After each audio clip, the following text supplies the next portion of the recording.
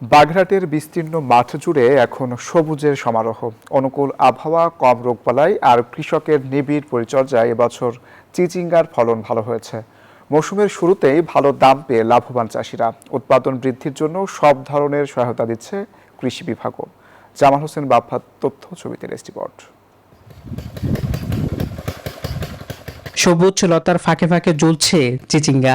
বাগেরহাটের বিভিন্ন উপজেলার মাঠে মাঠে দ্বিতীয় ধাপে চিচিঙ্গা সংগ্রহে ব্যস্ত সময় পার করছেন কৃষক। প্রতিদিন ভোর থেকে শুরু হয় তোলা, বাছাই আর বাজারজাতকরণ কার্যক্রম। একমাত্র স্মার্ট সিটি বসুন্ধরা, আধুনিকতায় এক ধাপ এগিয়ে। কৃষক জানায় প্রায় 3.5 মাসের পরিচর্যার পর মিলছে কাঙ্ক্ষিত ফসল। অনুকূল আবহাওয়া ও পোকামাকড়ের আক্রমণ কম থাকায় প্রত্যাশার চেয়েও বেশি উৎপাদন হয়েছে। বাজার দর ভালো থাকায় লাভবান হচ্ছেন চাষিরা। অলরেডি 3 লাখ টাকা বিক্রি হয়েছে, আরো যে পরিমাণে ফল আছে গাছে যেরকম, তার 2 লাখ টাকা বিক্রির আশা আছে। ফলন খুবই ভালো হয়েছে। আমি অলরেডি 20-25 হাজার টাকা বিক্রি করছি। আমার আনুমানিক খরচা হয়েছে 15,000 টাকার মতন। এখনো ইনশাল্লাহ আমার ক্ষেতে অনেক ফলন আছে। চিচিঙ্গা ভালোই ফলন হয়েছে। আমি 5 মণ 7 মণ মিলি কাটছি।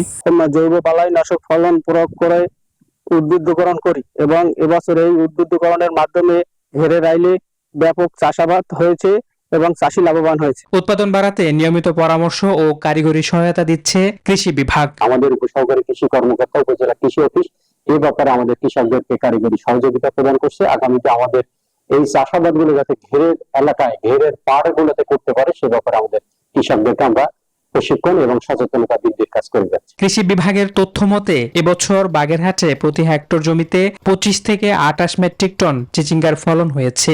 অনুকূল আবহাওয়া বজায় থাকলে মৌসুম জুড়ে উৎপাদনের ধারাবাহিকতা ভালো থাকবে বলে মনে করছেন সংশ্লিষ্টরা। Desk report, news 24।